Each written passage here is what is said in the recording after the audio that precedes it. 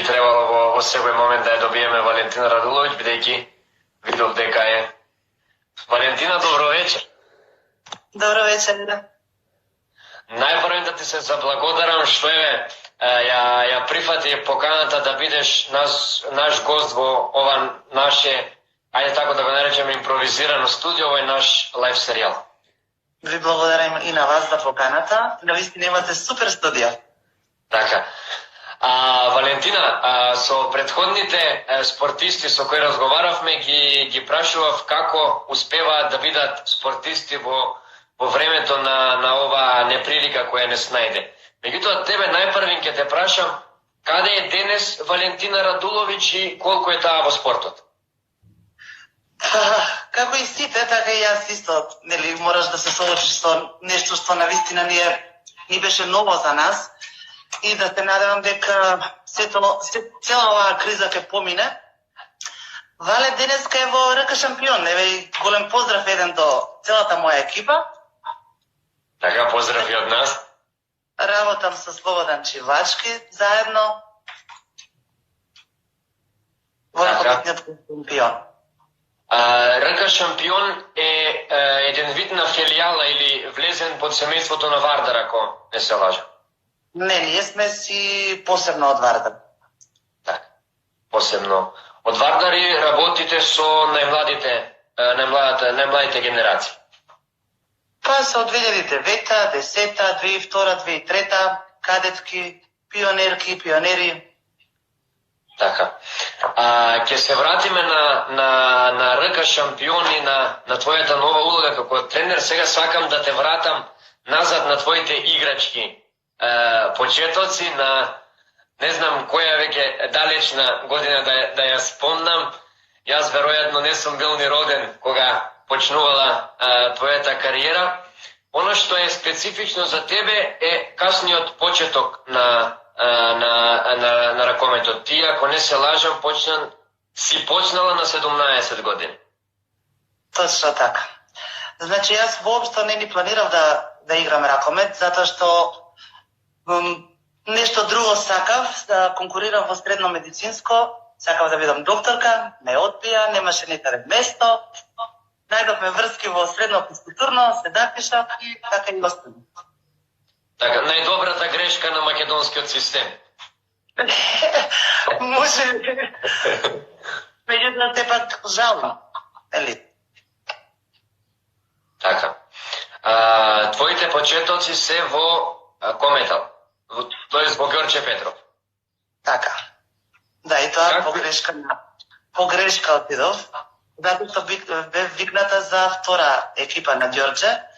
Ме викна професор Малцов да отидам во понеделник беше, 19 часот на тренинг со втората екипа на Ѓорче. Отидов таму, кога професор Владимир Радич, тренерот мој прв, ме виде, ми кажа, сум те гледал како играш, почни да тренираш со прва екипа, доколку си добра ќе останеш, доколку не, ќе одиш во вториот тим. И така вале остана во прва екипа. Така, Ѓорче Петров тогаш уште беше Ѓорче Петров, тоа зборуваме за пред влегувањето на господинот Трифон Костовски и на Кометал. Така. На 17 години почна со ракомет, се проби во првиот тим и веќе следната година беше во репрезентација. Како успеа за толку краток период да го достигне сето тоа? Па јас вообичаено сум сето она што го работам со упорност. Значи, доколку нешто се нафатиш, можеш да имаш и желба и да си кажеш дека јас ќе успеам ова што го работам. Така да јас со упорноста направив се. Така, беше во Кометал Ѓорче Петров до 2000-та година, кога Кометал доби тогаш суспензија за Европа. Зошто Хипо и зошто Австрија? Па, јас не сакав да заминам, меѓутоа тогаш Лариса отиде на позајмица во Австрија, јас имав план да одам во Турција, во Измир, меѓутоа управата многу ми се налути и После тренинг си отидов дома, ми зазори телефонот, Станка Божович ми се јави, со Винко Кандија, ме поканија да дојдам. И така и останав 3 години. Така, 3 години во Хипо. С едно малетко куферче отидов, мислев дека ќе се вратам на проба. Меѓутоа не ме пуштија да се вратам, одма отидовме на припреми. Да. Хипо, 3 години за екипата на Хипо се зборува за страшната дисциплина која владеела во таа екипа. Можеш ли да го објасниш начинот на работа на тој австријски великан? Со 4 тренинзи на ден, со секое патување надвор, кога ќе слеташ, значи не одиш дома, влагаш директно во сала. Имаш 40 минути трчање. Значи, работа, многу работа. Работа и само работа. Да. Дури се сеќавам на припреми, имавме 50 пати 100 метри. 50 пати, добро слушнав. Тоа не се малку. За време, нормално. Да. И така. Хипо Хипо беше причината поради која ја пропушти титулата со Кометал Ѓорче Петров. Од денешен аспект, дали ти е криво што не се врати во Кометал? Нормално, затоа што Ѓорче Петров, Кометал Ѓорче Петров е мој матичен клуб. Тоа кога настапува во финалето, ја следев утакмицата во Австрија, се јавив на девојките, веднаш после надпреварот им честитав. Така. Токму тоа што го спомна, вашиот однос и пред да заменеш и откако замена ти, и ден денес, кога ќе се навратат актерите во таа генерација, зборуваат за големото единство во Кометал. Дали од овој аспект мислиш дека тоа му недостасуваше на ЖРК Вардар да стигне до титул? Не знам, ние бевме сосема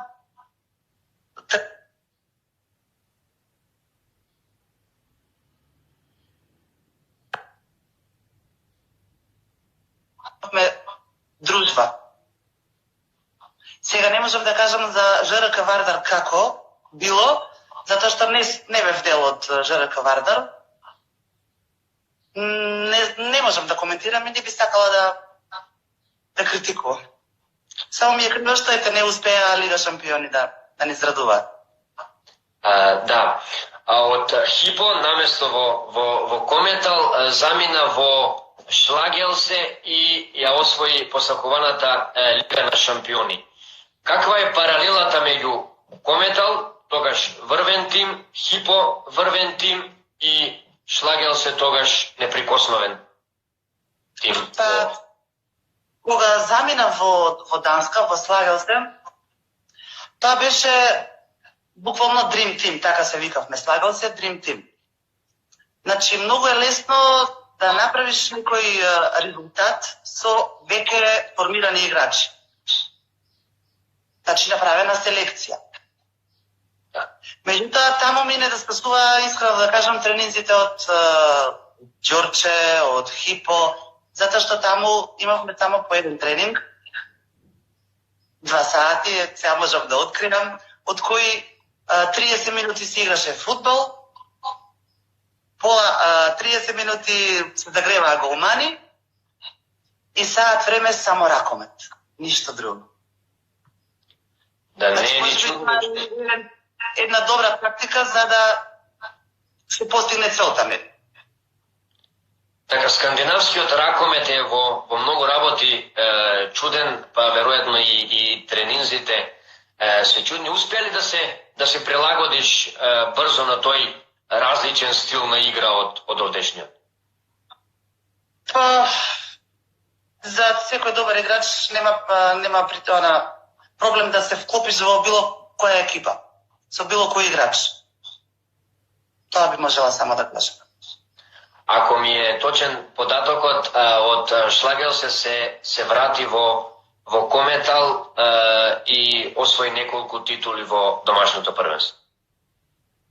Да, точно, се вратив од Слагелце во Ѓорче, во Кометал Ѓорче Петров.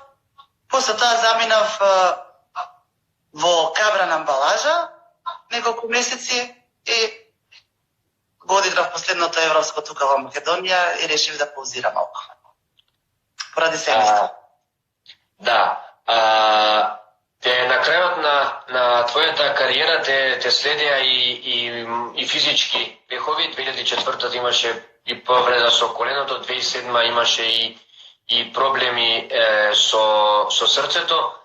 Дали семејството беше единствена причина или веќе заморот на телото го донесе, преврна да ја донесеш одлуката да се повлечеш од ракометот? Кога би се прашувала јас пак би се вратила да играм.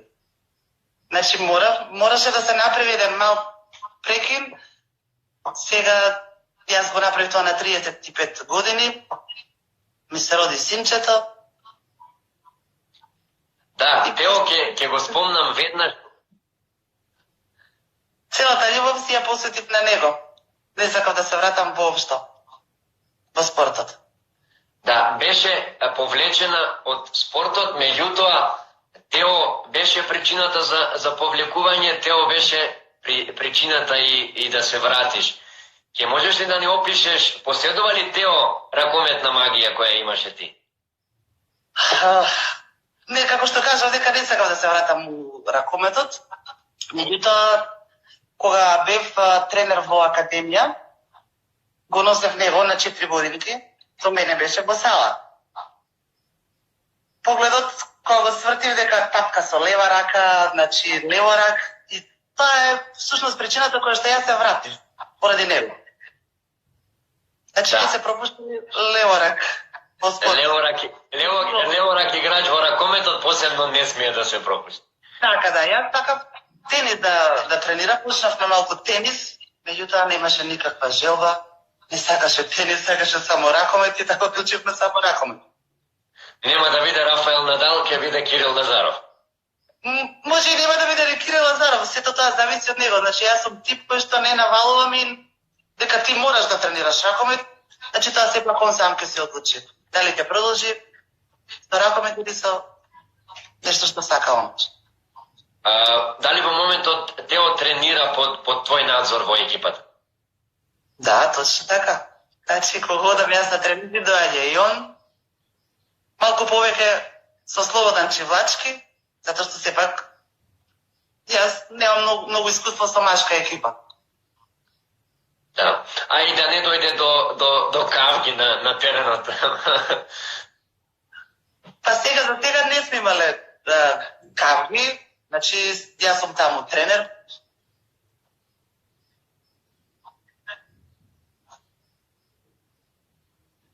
Изгубен надпревар, ние во кола не правиме мове.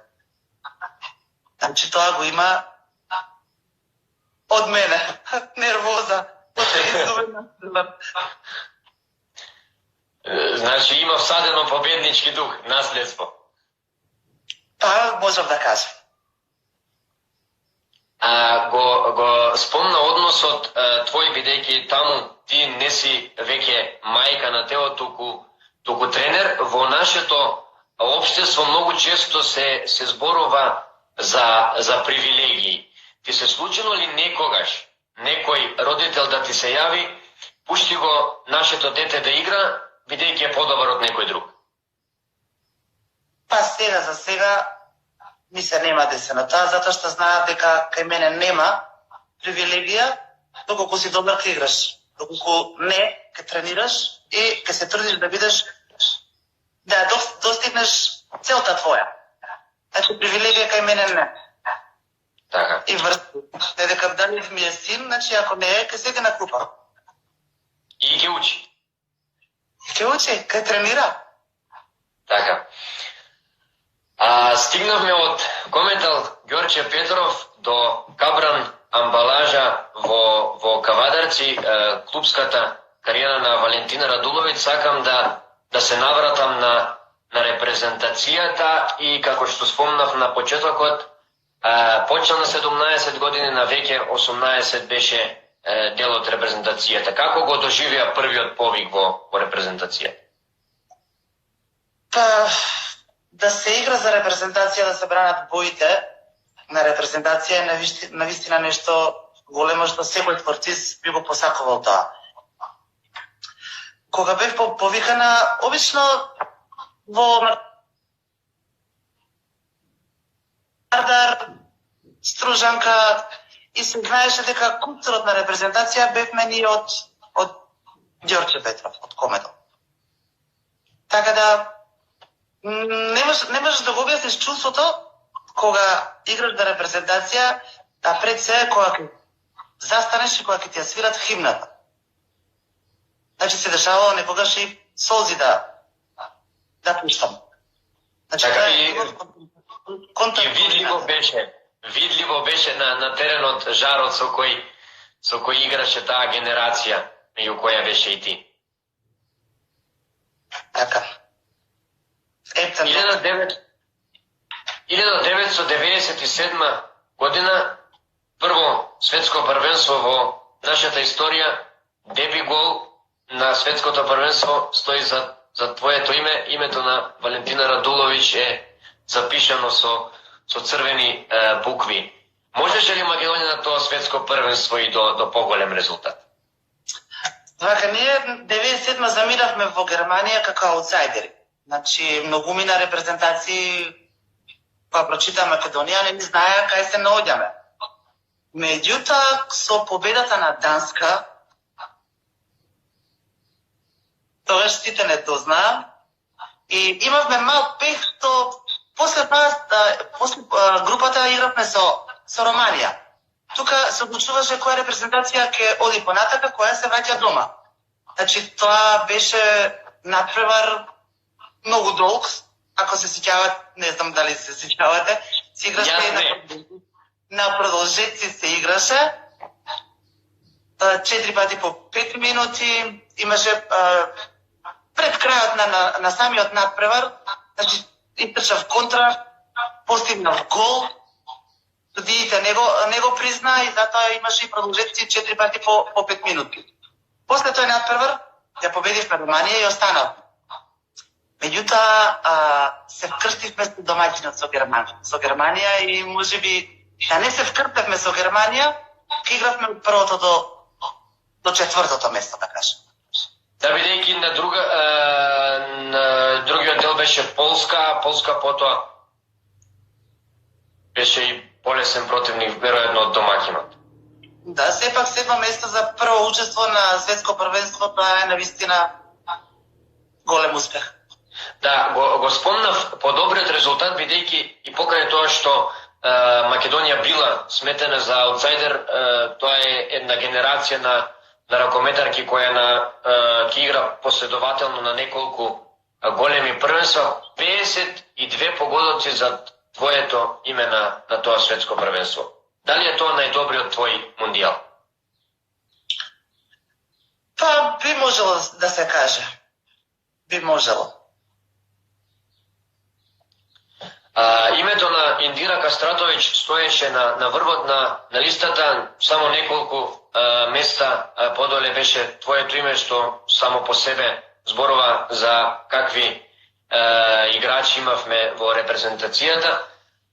98 европско првенство, 8 место, 99 година светско првенство, повторно 8 место. Како да ни се судени 7-то и 8-то место и како да ни беа судени Норвешка и Данска во секоја група. Јас само би кажала дека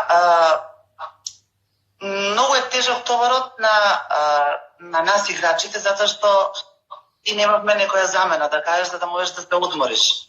Имавме во Германија, каде што примавме инфузија, искрено, да кажам.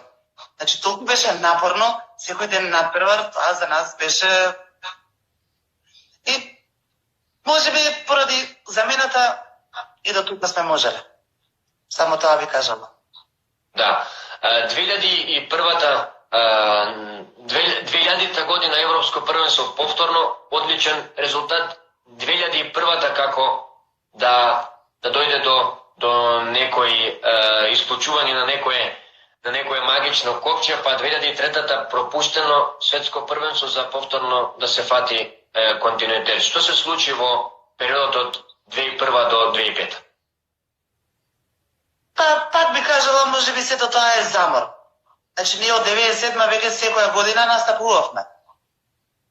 Дури не беше само на репрезентативен план, туку игравме и за клубот, по Лигата на шампиони. Да, го спомнав зошто се случи, бидејќи ти беше двоен освојувач, Кометал беше освојувач, играчи поседувавме во како никогаш до тогаш, а изостанаа репрезентативните успеси. Така е, меѓутоа сепак кажем дека нас ти да следат и повредите. Многу е тешко да се вратиш после повреда. Има ли некоја повреда која ја закочи твојата кариера? Па, една од потешките повреди се на коленото, в крстен лигамент. Меѓутоа, благодарност до Трифон Костовски, кој што 98 или 99 кога се повредив, не испрати на операција во Австрија и за 4 месеци јас се вратив на терен. Што е многу краток период. Меѓутоа, сега после една година, 2 години, товарот иде на другата нога, па после доаѓа и другото колено, така да тоа е нашиот данок. Повредите се и составен дел од секоја игра. Така. Ќе отидеме на Европското првенство 2008 година, кога бевме домаќини, последниот воз на остатокот од таа златна генерација која за прв пат зачекори на едно големо надпреварување. На тоа првенство предходеше доста турбулентен период. Господинот Трифон Костовски беше како еден вид на преговарач меѓу тебе и селекторот Савевски. Што се случи да избие пожар во репрезентација? Тоа се нормални појави во секој клуб. Значи, да има и расправи, и гушкања, и се е нормално. И така да се заврши, се супер. Ја и ден денеска сум супер со Савевски. Значи, пријателка сум, си останавме. Да играш. Да. Одлично заврши, имавме одлично првенство. За жал, во првиот надпревар беше Германија, ако не се лажам, и поразот кој потоа ни даде потешок противник. Какво е чувството да се игра големо надпреварување, да си бил учесник на многу, а сепак да играш дома? Па сепак ние сме нација која што број еден во спортот, си го сакаме спортот. И секогаш кога сум доаѓала тука да играме, веќе кажете, ја спомнам Мања Андерсен. Секогаш ни кажувала, одиме, вика, да играме надпревар, каде што имаат феноменална публика. Значи, пред наша публика е многу подобро да играш отколку пред друга. 2008 високо 7 место, после тоа имавме уште едно европско првенство 2012, катастрофален резултат, меѓутоа после 2008 како да некој да го изгасне светлото во репрезентацијата, заврши таа епизода на вас од претходната генерација. Каде сгреши Македонската ракометна федерација или македонските тимови за да дојде до тоа? Моје мислење, веќе кажам, значи јас 2008 со Европската Македонија си ја прекинав и кариерата. Меѓутоа и сите други ние се повлековме. Индира, Нацева, сите. Меѓутоа, проблемот мислам дека е сепак што нашиве ракометарки не се во еден ист клуб. Ова е моје мислење, значи не би сакала да критикувам никого. како што беше со кометал Ѓорче Петров. Костротна репрезентација беше кометал Ѓорче Петров. Значи, сите ние се знаевме и игравме заедно цела година. Не може сега, например, пред едно петко или европско првенство, да се соберат играчите 2 недели, на 2 недели они да те поиграат. Значи, може би проблемот е месечно да се собираат по 2 недели. Тоа е, барем ја така го мислам. Воиграноста и представува проблем, бидејќи сега ние, иако можам слободно да кажам, немаме квалитетна репрезентација, сепак немаме повеќе од 2-3 ракометарки кои играат во ист тим, што е и видливо на теренот. Така, само тоа е проблемот, верувајте. Ништо друго. Ќе те спомнам тебе, Индира Кастратовиќ, Бујанова, Тања Андреева, Јулија Портијанко, Елена Ѓоргиевска, кометал Ѓорче Петров, косторот на репрезентацијата. Што се случи за ниту една друга екипа да не успее да создаде таков костор? Беше ли Трифун Костовски како магично ставче за македонскиот женски ракомет? Тоа може да се каже. Еве, Вардар проба нешто да направи, меѓутоа сите знаеме дека во Вардар беше само Сара македонка. Да. Може би требаше да се ги вратиме. И Елена Ѓоргиевска и многу други кои настапуваат во Вардар, го спомна Вардар, ќе се надоврзам на тоа, ја спомна и Сара и политиката на Вардар. Во Вардар беа имиња како Индира Кастратовиќ, Нацева, се уште се таму. Дали од твоја гледна точка има вина во раководството на Вардар за тоа што само Сара Ристовска после 7-6 колку години се вложуваше таму?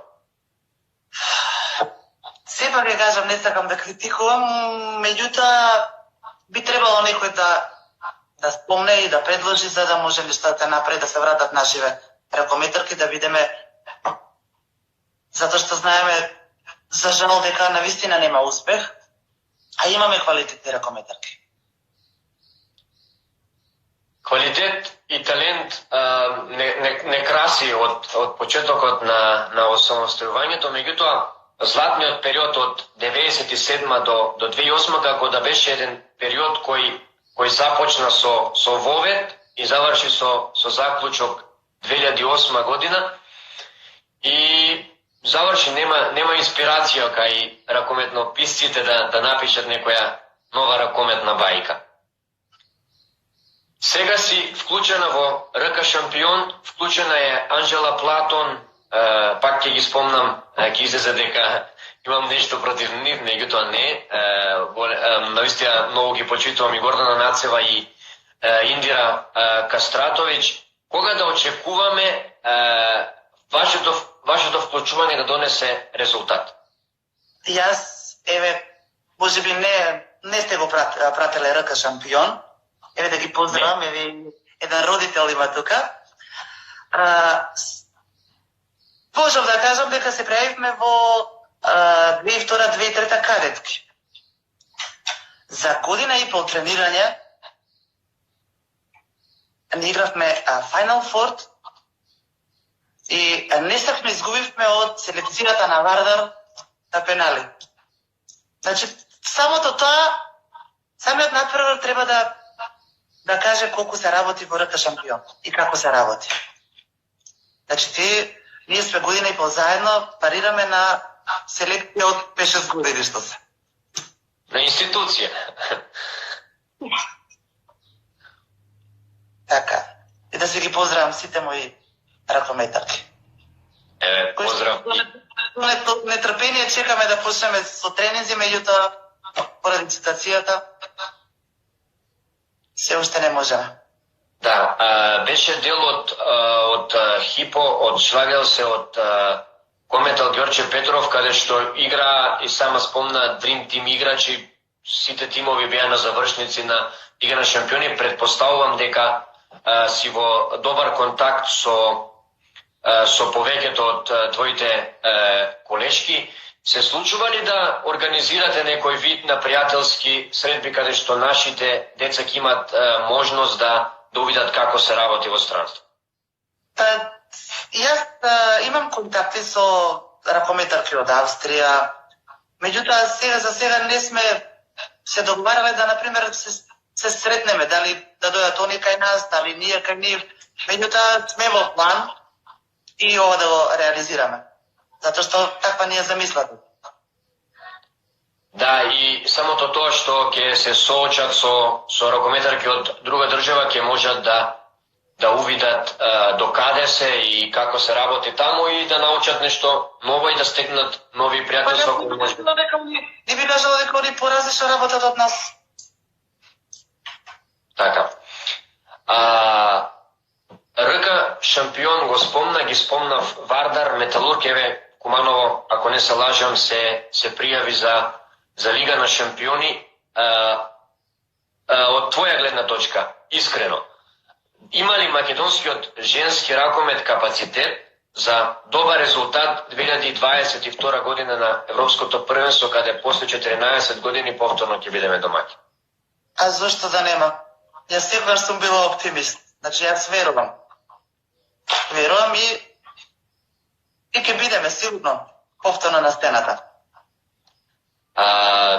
Селекторот добива голема подршка од Федерацијата и покрај тоа што во последно време изостануваат резултатите, насочувајќи се на формирање на репрезентација за 2022 година.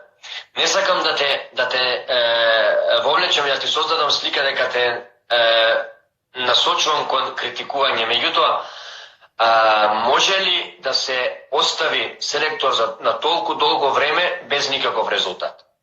Не може. Затоа што ние кога трениравме, доколку еден селектор нема резултат, другата година се менјаш. Сега не знам зошто и како е се тоа. Така. Валентина, ќе го приведуваме интервјуто кон крај. Ќе сакам да ти прочитам неколку прашања од нашите читатели, иако повеќето пораки кои стигнаа беа поздрави и почит кон твоето дело во ракометот. Еве, има и неколку прашања кои стигнаа. Јас би ги поздравила. Така. Право. Еве, баш зачував еден коментар каде што вели Валентина Радуловиќ не е само најдоброто крило, туку е чест што имам можност да учам од најдобрите, кога велам најдобра, мислам на вас, Александра Стојановиќ. Да, таа е членка на ЖРК шампион. Да, познавам многу. И доказ за тоа како работиш ти, ќе преминам на прашањата. Дали имаш амбиции да ја водиш женската репрезентација? Сениорската женска репрезентација? Да. И би сакала. Така, еве, се надевам дека интервјута ќе стигне и до адреса која одлучува за тоа кој ќе ја води. Женската. Повика, сигурно нема да одбијам. Дали постои тим каде што си сакала да играш, а не доби понуда за време на играчката кариера?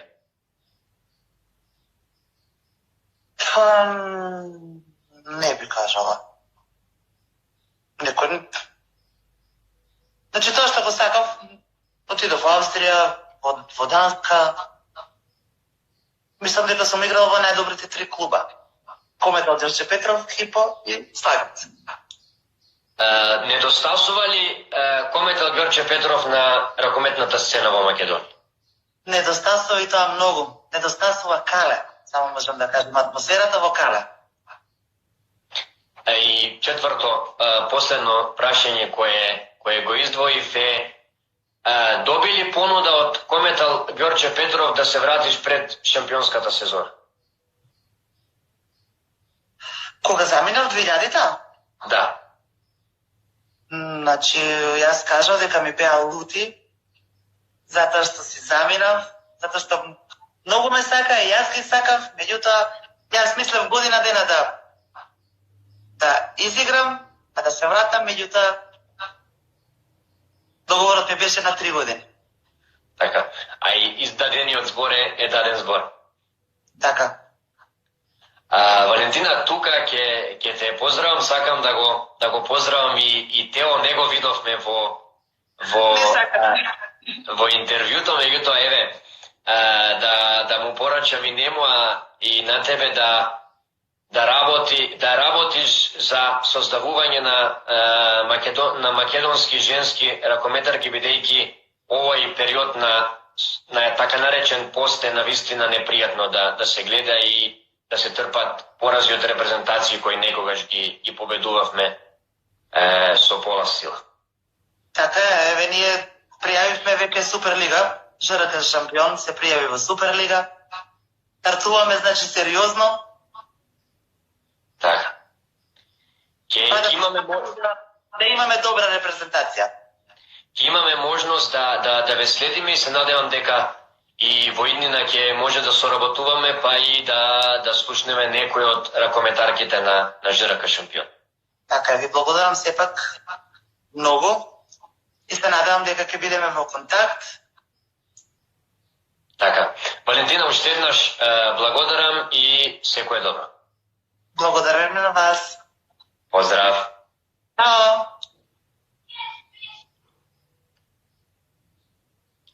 Ова беше Валентина Радуловиќ, најдоброто крило во македонската ракометна историја, во историјата на женскиот македонски ракомет. Имавте прилика да слушнете за нејзината ракометна приказна, имавте можност да слушнете за репрезентацијата, за среќа Валентина го потврди она што ние потајно се надевавме, дека Македонија има таленти во ракометот и дека во многу брза иднина ќе не очекува, тоест ќе очекуваме подобри резултати. Серијалот Лайф на Макс Спорт продолжува, доколку не дојде до некои ненадејни измени во недела.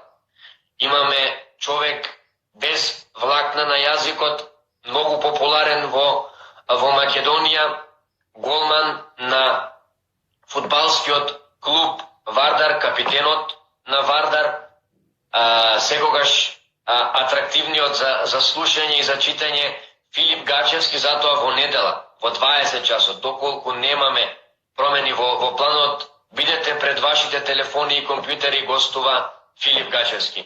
Поздрав и добра ноќ.